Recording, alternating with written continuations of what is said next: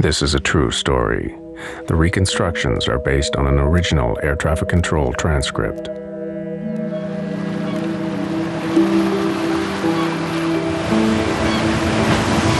1998, off Canada's east coast, a modern passenger jet, run by one of the world's best airlines, catches fire at 33,000 feet.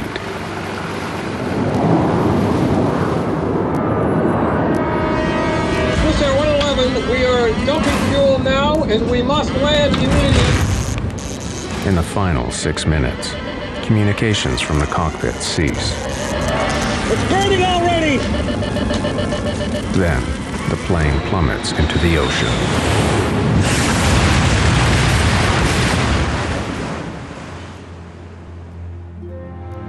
229 people are dead. What caused the fire is a mystery. Many of the vessels reported to the Canadian Navy vessels standing by on scene that they were finding bodies and making repeated requests for more body bags and get the bodies that were... Now, after one of the largest investigations in aviation history, the complete story behind the loss of Swissair Flight 111 can finally be told. It's a wake-up call for the entire airline industry to ensure that what happened aboard Swissair would never happen again.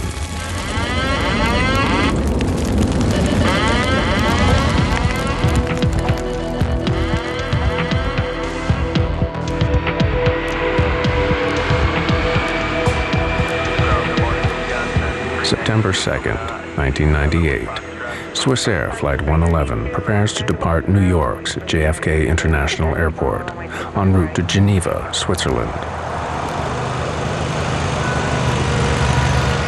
The aircraft is a McDonnell Douglas 11, or MD-11, a model first developed in 1986 as a highly automated, modern improvement on the antiquated DC-10.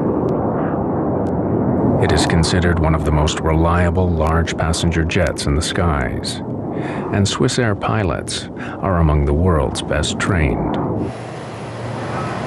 Okay, after start checklist. Engine anti-ice.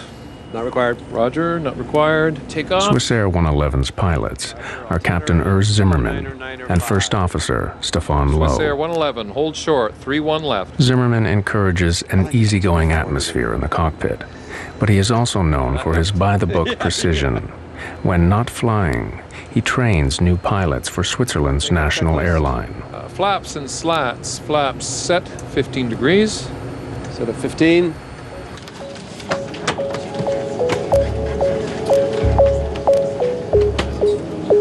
On board are 215 passengers, 12 crew, and the 2 pilots. Most passengers are French, American, or Swiss. Among them is 23-year-old Stephanie Shaw, on her way home to her parents in Geneva. Stephanie was blessed in many ways. She was physically very attractive. She was an intelligent girl. The reason she went to New York was that she had been invited to become a member of the World Economic Forum, which is based in Geneva, and she wanted to have this trip before she joined. She was a darling, an absolute darling.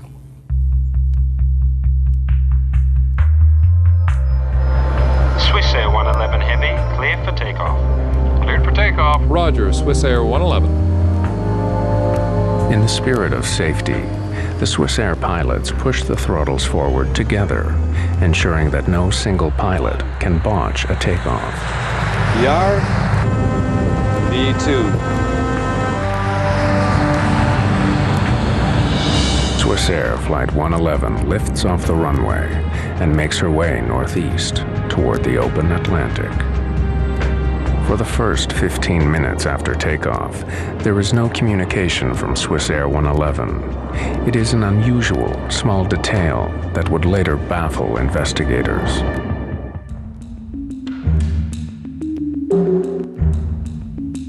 Atlantic air traffic is handled by a remote center in Moncton, New Brunswick, Canada. Almost half an hour after takeoff, Captain Zimmerman makes his first communication with Moncton. Moncton Center, Swissair 111 Heavy. Good evening, level 330. Swissair 111 Heavy, Moncton Center. Good evening. Reports of occasional light turbulence at all levels. Moncton, Swissair. It is a perfectly normal beginning to a transatlantic crossing.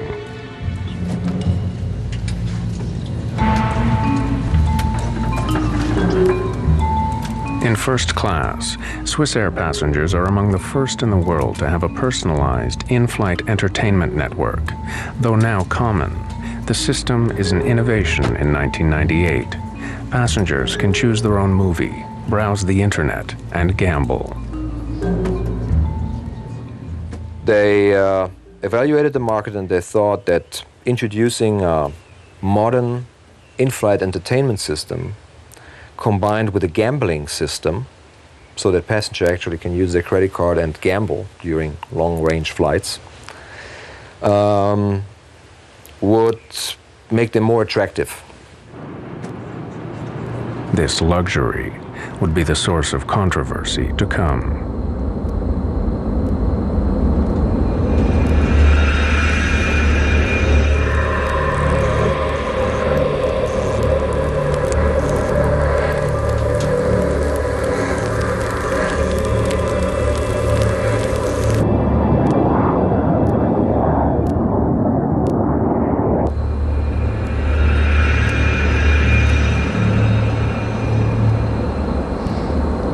Smell something? Yeah, what is that? Go have a look, I'll take the controls. Roger, you have control.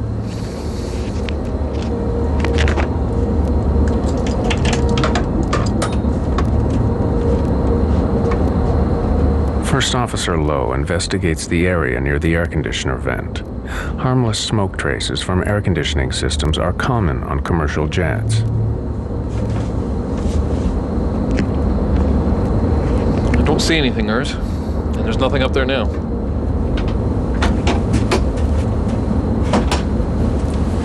You hail for me, Captain? Stefan and I were sure we smelled smoke a few seconds ago. Can you smell anything?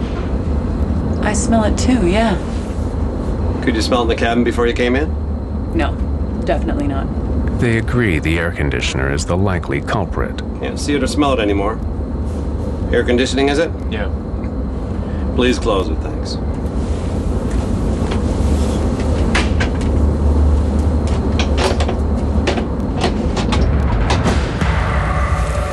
Behind the sealed panel, the pilots cannot see that the problem is getting worse.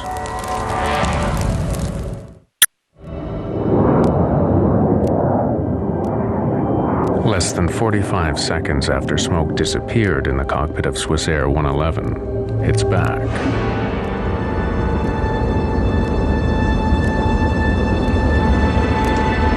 Zimmerman follows Swissair procedure. He makes plans to divert the plane for the nearest place to land. Find the closest place to land, Stefan. We'll need the nav charts from the library. Also weather data for the area. Boston's close.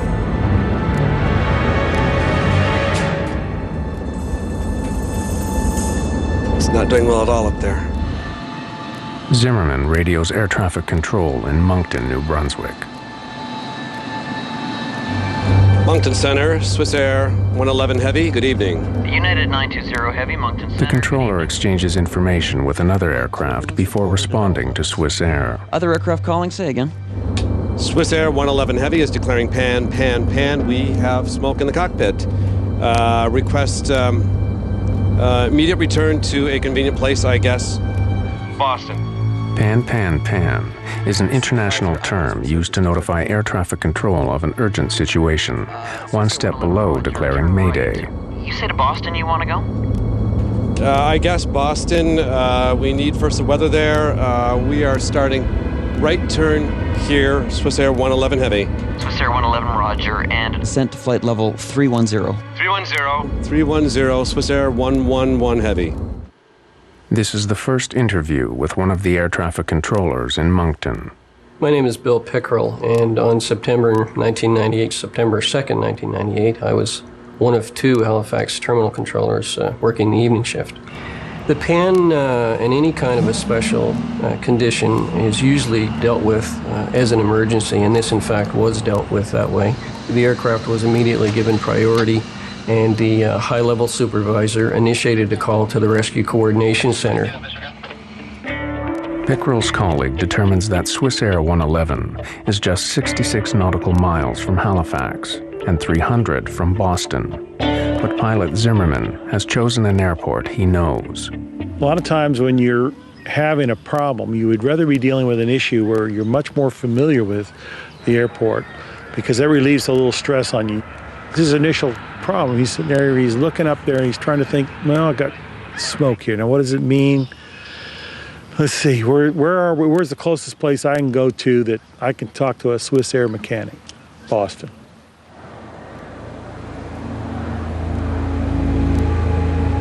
Swissair 111 Center. Swissair 111 Heavy, go ahead.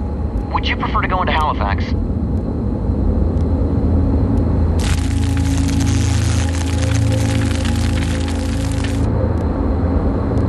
Or we better put the mask on. Stand by.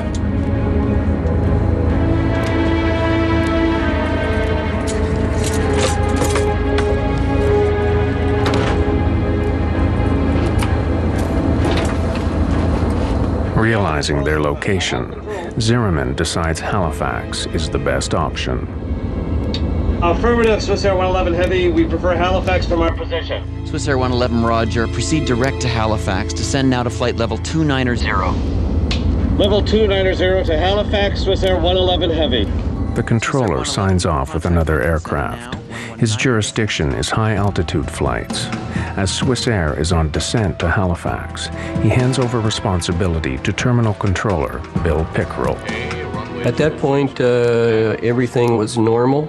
I gave the pilot an initial descent, and he requested to level off at an intermediate altitude to get the cabin in order for the landing, which I took to mean that they needed to pack away dinner trays and things like that. It was an indication to me that while his situation was unusual, that they weren't considering it as an emergency at that time. Watch your speed, Stefan. Don't descend too fast. Roger.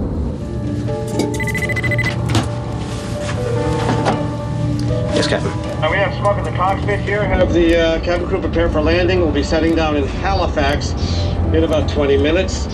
I'm about to start the checklist here. Yes, Captain Zimmerman. Zimmerman has 2 checklists for smoke in the cockpit. To complete both will take 20 minutes. This is Swissair company policy. In the meantime, Lowe continues the descent into Halifax.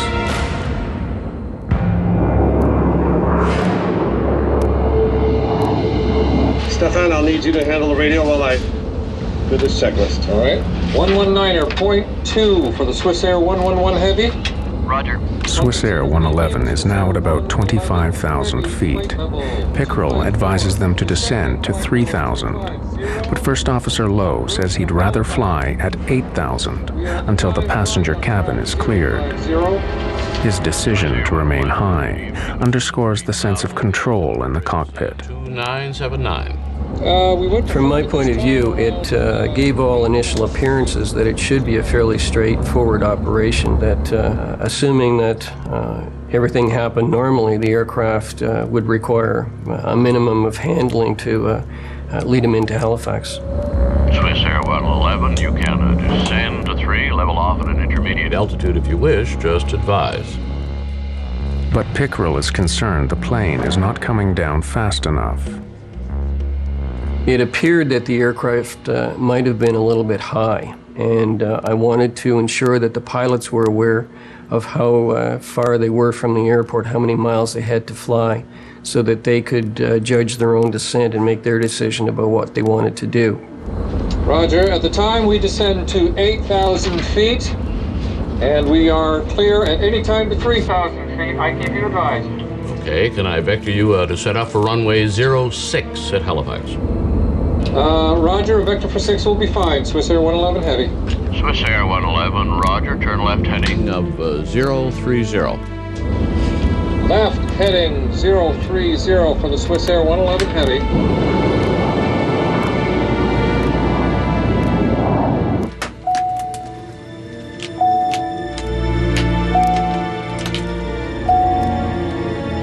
Captain Zimmerman needs information for the unfamiliar airfield, but his flight bag is out of reach. He summons the flight attendant to help. You hailed me, Captain. For 2 minutes now. I need that flight bag there. It's got the approach charts for Halifax.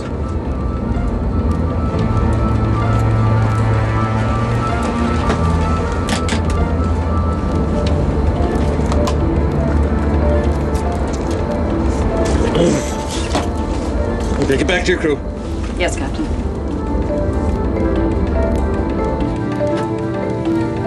This is your matron to cabin speaking. The chief flight attendant notifies passengers that the flight is being diverted. There is no panic. The plane is flying normally, and there is no sign of smoke in the cabin.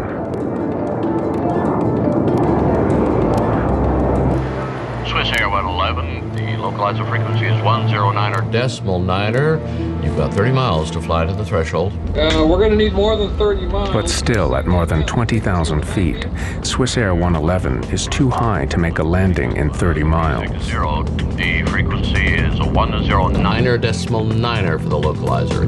Okay, Roger, 109.9, and we are turning left, heading north, Swissair 111 Heavy. And we've got to dump fuel. Agreed. So far, communications from Swissair have been calm. Still, Moncton Centre initiates emergency efforts at Halifax Airport.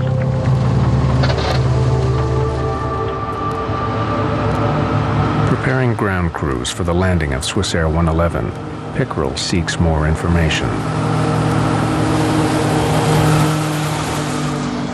Swissair 111, you have time. Could I have your number of souls on board and your fuel on board, please, for emergency services? Roger. At this time, fuel on board is 230 tons. We have to dump some fuel. May we do that in this area during descent? Pickerel is surprised to learn so late that Swissair 111 needs to dump fuel. At that point, it became more of a complicated situation. In fact, with every transmission after that, it became more and more complicated. Pickerel considers his options for a safe place that won't take the aircraft too far from Halifax. He decides to direct the aircraft over St. Margaret's Bay, about 30 miles from the airport. Dumping fuel is standard procedure. A fully fueled jumbo jet is too heavy and could break up on landing. Are you able to take a turn back? But co-pilot Lowe wonders if, given their situation, they might forego the regulations. They want us to turn to the south. Should we just forget about dumping and just land? No, dump it. Okay, we are able for a left or right turn to the south in order to dump. I initiated the vector back toward St. Margaret's Bay to start him in that direction. It indicated to me that, again, it wasn't a critical situation on board, that in fact he did have time to be able to go back and dump his fuel over the water. Swissair 111, roger. Turn left heading of 200 degrees and advise me when you're ready to dump. It will be about 10 miles before you're off the coast. You will still be within about 25 miles of the airport. Roger, we are turning left, 200. In that case, we are going to descend to only 10,000 feet in order to dump the fuel. Roger, maintain 10,000. I'll advise you when you're over the water. It will be very shortly. Roger. Are you in the emergency checklist for air conditioning smoke? Yes. Swissair 111, say again, please. Sorry, that was not for you. Swissair 111 was asking internally. Okay. Airspeed is decreasing below 306. Level off speed here? Just fly the plane as you see fit, Stefan. Swissair 111, continue left heading 180. You'll be off the coast in about 15 miles. Left heading 180, roger. Swissair 111 and maintaining at 10,000 feet. Roger. Cabin bus off. Cabin bus off, roger. The cabin bus switch knocks out all the lighting in the cabin. It is an indication for the passengers that something is wrong, but hardly alarming. Ladies and gentlemen, we have temporarily lost the lights in the cabin. Please remain calm. The crew will be coming around with flashlights to assist in landing. Despite a cockpit filled with smoke, there is still no trace in the passenger cabin.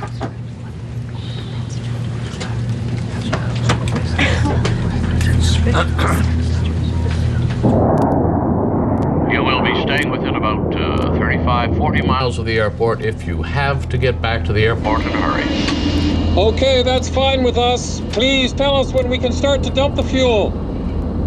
Suddenly, the MD-11 sends out a warning that the smoke is a sign of a more serious problem. Autopilot, disconnect. Copy that, autopilot, disconnect. Swissair 111. The fire has now reached the plane's autopilot, and this is just the beginning.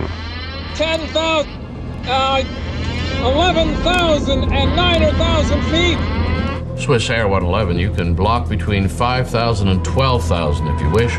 One by one, systems all over the aircraft failed. In seconds, the calm in the cockpit dissolved. Between 12 and 5,000 feet. We are declaring emergency now. Swissair 111 at time 0124. The two pilots speak simultaneously. Combined with other distractions in the control room, Pickerel is unable to hear a critical transmission. Lowe's declaration that they must land immediately.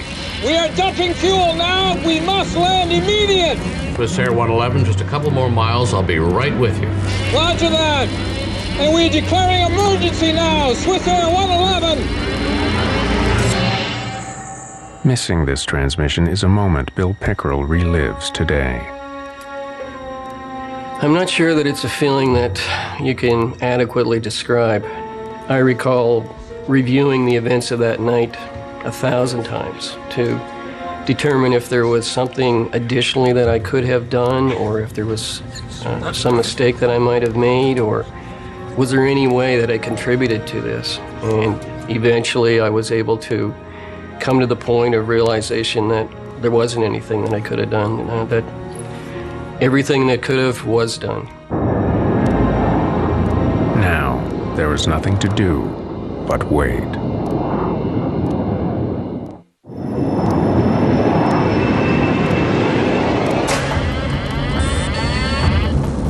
I'm just flying and nothing else. 30 seconds after declaring emergency, the pilots of Swissair 111 face an inferno. All my screens are down. I'm flying on standby instruments, maintaining 300. Swissair 111, you are cleared to commence your fuel dump on that track, and advise me when your dump is complete.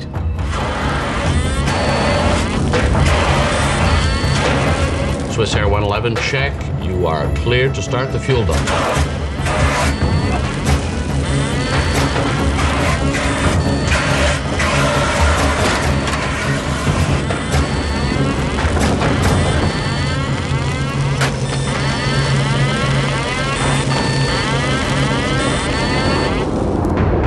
There is no further communication from the aircraft.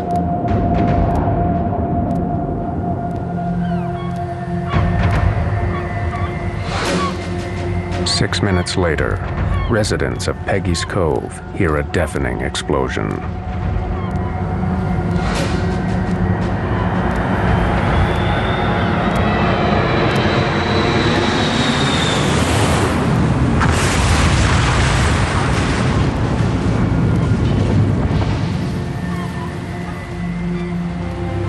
No one knows what happened to 229 people after 360 seconds of silence.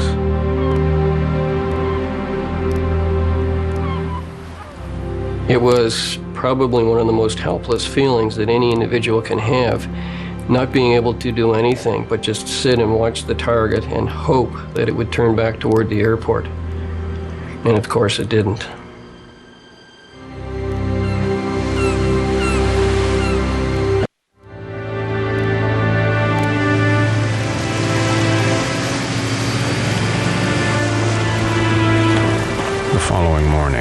Would-be rescuers glimpsed the terrible remains of Swissair 111. Only one human body is discovered intact.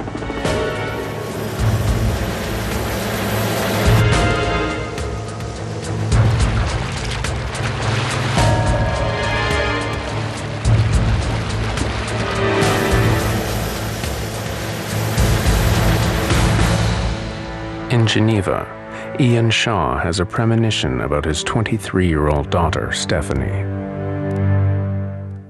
That night, the night on which she was due to return, for reasons I can't explain even now, I was restless and I was disturbed, and I slept early and woke while my wife was still awake and asked her if she had had news of Stephanie. No, she had not, but she didn't expect to have news of Stephanie. We knew she was coming on that flight and that she would certainly expect me to be at the airport to fetch her in the morning. I awoke around 6 Geneva time, and on television there was a report of the crash of Swissair 111. And I knew instantaneously that we had lost our daughter. The Transportation Safety Board of Canada launches what will become the largest air disaster investigation in the nation's history. They only know that Swissair 111 experienced a cockpit fire, but what caused it remains a mystery.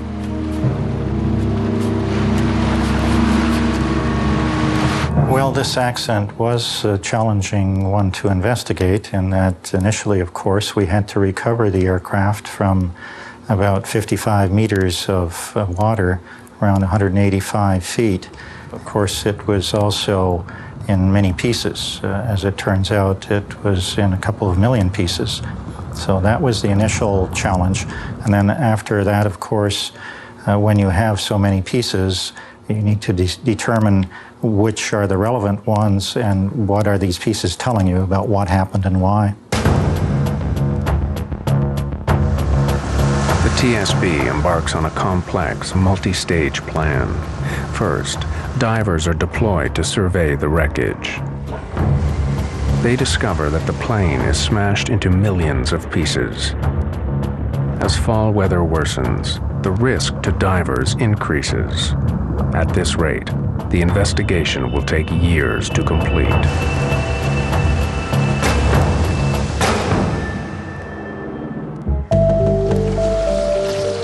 Stage 2. With help from the United States Navy, remote-operated vehicles begin a more detailed search. The ROVs help investigators survey the site. But the question remains, how to recover tiny pieces of twisted metal from the bottom of the sea. Out of the wreckage, the first breakthrough emerges: Swissair 111's black boxes. Recordings of cockpit and computer data tell investigators that everything on the plane was working perfectly until the last few minutes.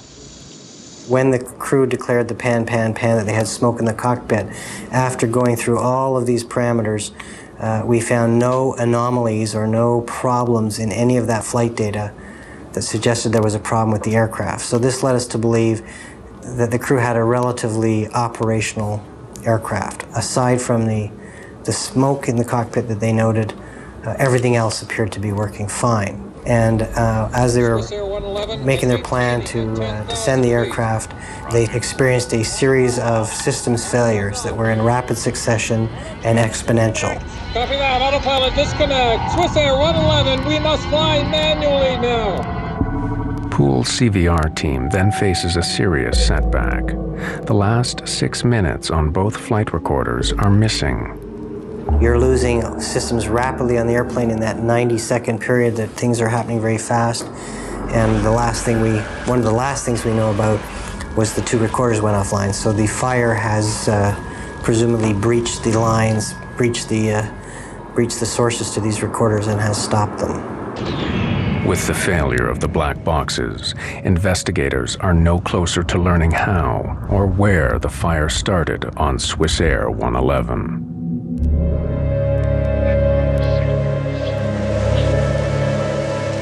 Stage 3. Barges are deployed to scour the seabed for evidence.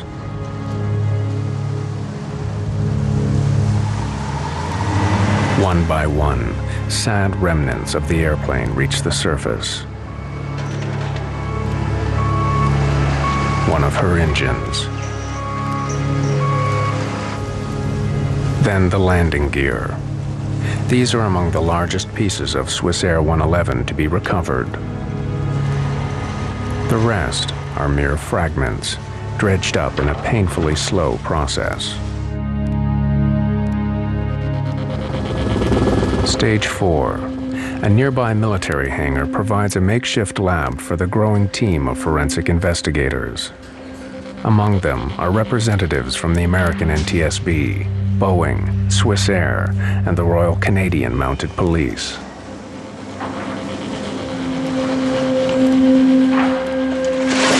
Pieces of Swissair 111 arrive by the truckload. They are organized into various categories for analysis. Soon the hangar is stacked to capacity with the biggest jigsaw puzzle in the TSB's history. How did a seemingly small cockpit fire suddenly turn to catastrophe?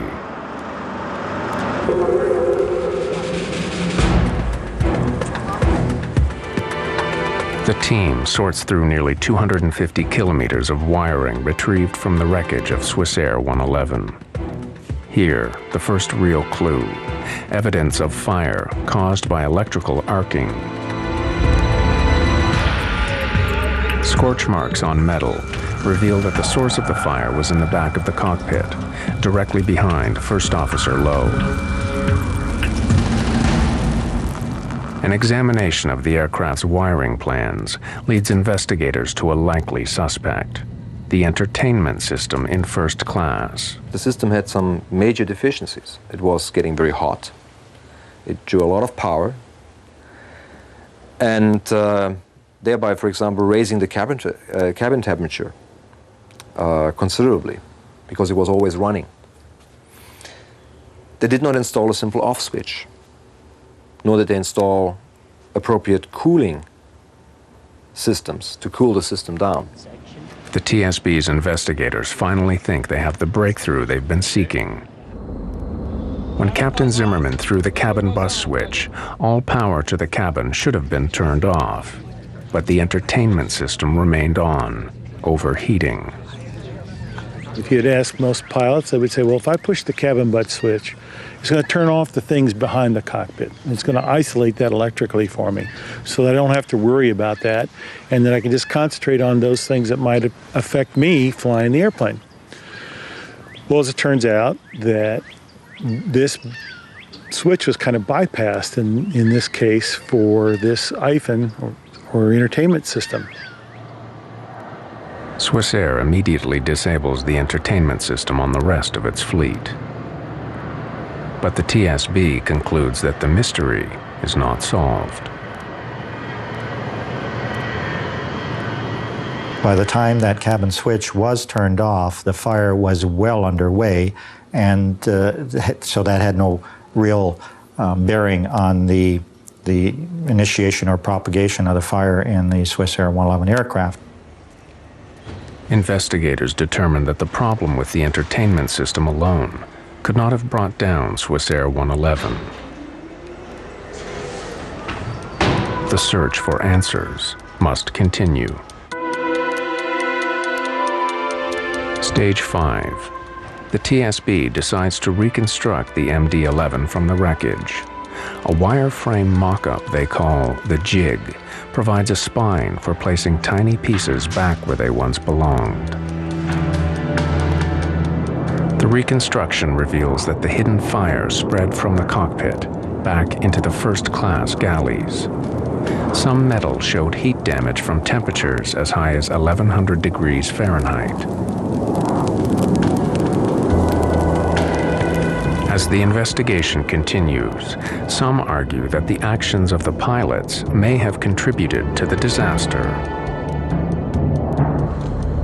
Some experts charge that Zimmerman and Lowe's by-the-book approach may have cost them their lives. Swissair 111 was asking internally. Some operators emphasized in a very early stage, land as soon as possible, and then if you have time, go into the checklist. Others said, here's the checklist, and at the end of the checklist, if that doesn't help, then land as soon as possible. Pretty contradictory to basic flying instructions where student pilots learn at a very early stage that whenever you have smoke, you have a fire, and fire means land as soon as possible. Emergency light switch on. Emergency light switch on. Unfortunately, in this case, the way the checklist was written, it didn't identify that now start towards the divert. It started more on, let's try to see if we can solve the problem. And so now all of a sudden you're taking on a problem that just kind of crept up on you. You weren't expecting it. We're going to need more than 30 miles. But the TSB considers the timeline. Investigators determined that Swissair 111 would not have made Halifax Airport under any circumstances. There just wasn't enough time. In our calculation, we showed that starting at the ideal descent point from 33,000 feet, which was at about 10:14 p.m. that night, it would take some 13 minutes to get the airplane onto the ground, which would take us to 10:27 p.m. By 10:24, the systems in the aircraft were starting to deteriorate. So we believe that under these circumstances, the crew would not have been able to successfully land the airplane under those conditions with the amount of time that they had. Whatever caused the fire on Swissair, it happened at a lethal speed. The mystery lingers.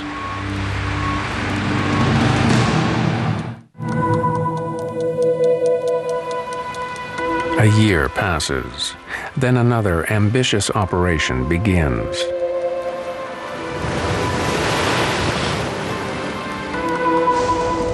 The TSB hires a sophisticated Dutch salvage ship, Queen of the Netherlands. The vessel is equipped with a gigantic vacuum system, capable of dredging even the tiniest pieces of Swissair 111 from the ocean floor. A mixture of seawater, silt, and aircraft are pumped into the ship's central hold. This cargo is then pumped into a specially constructed reservoir on shore nearby. When the gushing water drains away, investigators find another 1 million pieces of the aircraft. Any one of them may hold the clue to what caused the catastrophic fire. The tedious sorting once again resumes and goes on for weeks.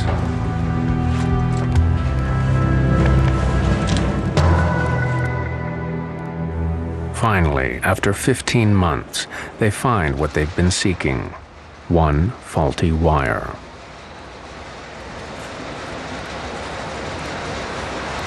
We looked at all of the possible sources of heat that might start a fire in that area. And in this instance, we did discover a wire that arced in that way. And right next to it was some very flammable material called metallized polyethylene terephthalate covering material that covers the insulation blankets. The insulation blankets which line the MD-11 are common on commercial airlines worldwide. They have passed the industry's flammability tests, which require materials to self-extinguish after a reasonable period of time. The investigation takes an abrupt turn. Instead of seeking the cause of the fire, the TSB now focuses on the flammable materials that fueled it. This thermal-acoustical material that was in this aircraft was very flammable. Even though it passed a test, it does sustain and it does propagate flame. So this investigation did focus on the flammability of materials and the requirement to reassess the criteria that is used to certify materials, not just thermal-acoustical insulation blanket material, but also other materials that goes into aircraft, much of it in hidden areas. Now they have their answer. A wire arced in a closed space behind the cockpit. The arc ignited the insulation, which in turn lit other materials, such as foams and plastics. The pilots could not sense how quickly the fire intensified, but 14 minutes after they declared pan, pan, pan, the fire disabled all electronics in the cockpit. The black boxes went dead. Forensic examination also helped shed light on the desperate final minutes in the cockpit. Lowe was in his seat. Captain Zimmerman was not. likely fighting the fire and probably dead before impact. The first officer was probably trying to find a place where he could put this big airplane. He just didn't have a lot going for him. He didn't have a lot of instrumentation left. And I'm sure he was looking for something, some indication that would give him an idea of where he could put the airplane down, maybe even ditch the airplane. What is known is that the first officer was in his seat. Whether he was unconscious, conscious, maybe had severe degree burns on his skin, it's not known. We know the captain was not in his seat, so very likely he was trying to fight the fire. That the checklists were found molten together, the pages, indicates that they were used to fight a fire. At 10:30, Lowe shut down engine 2. Investigators determined that he likely received a warning that the engine was on fire. Chillingly, it proved that Lowe was alive a minute before impact. They could not determine whether the passengers were aware of the fire, at least until the very final moments. There were traces found of soot and smoke extending as much far to the business class overhead area. Whether the passengers have smelled the smoke, it's not known. DNA analysis showed that they had no residue in their body. The aircraft hits the water with a force of 350 Gs.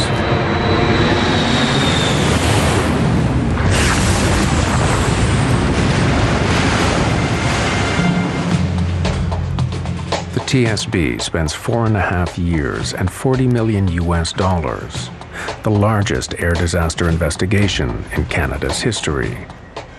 Their conclusion is one powerful message: flammable materials do not belong on commercial aircraft. The rate of progression in this airplane, I think, surprised us and surprised others, and that's why we emphasize, again, the importance of raising the bar on the flammability standards for materials used in airplanes. Ian Shaw waited 4 years for the report to tell him what small flaw took the life of his daughter. But the truth has not extinguished his anger at Swissair. There has to be accountability. If you are involved in wrongdoing, you must be held accountable. And you must declare your sense of responsibility. Otherwise, you are hiding. And you are hiding, in this case, behind the flag of Switzerland. I think it's unbelievable. In the aftermath of the disaster, Swissair decides to remove the flammable insulate from its entire fleet. They also make changes to checklist procedure, reducing response time in a cockpit smoke emergency. But plagued with financial problems, the mighty airline shocks the industry when it goes bankrupt in October 2001.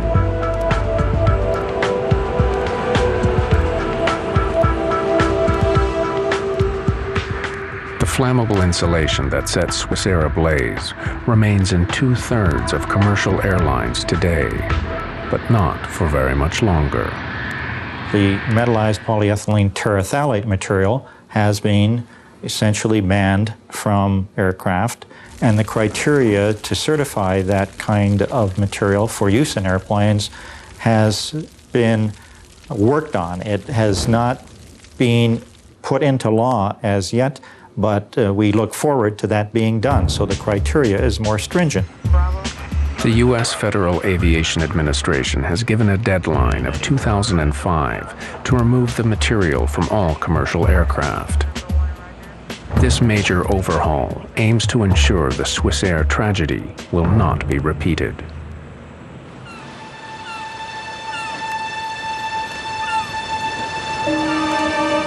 For Ian Shaw, losing his daughter so suddenly and violently has left a permanent emotional scar. He left his wife and his wealth behind in Geneva and now runs a modest restaurant in Nova Scotia in view of the sea where his daughter died. Why would I come here to this particular point in Nova Scotia? A lot of people have said, oh yes, we fully understand you want to be close to your daughter and the point where the plane crashed. That is no part of my being here. Swissair ripped out of me any possibility of proximity to my daughter. I found a comfort in the awareness of the presence of the eternal ocean, the ocean which has been going backwards and forwards for many, many, many thousands, millions of years. I came here because I had to. I can't give a fully rational declaration to you of why I came here. I can only say to you, I am in the right place for the wrong reasons.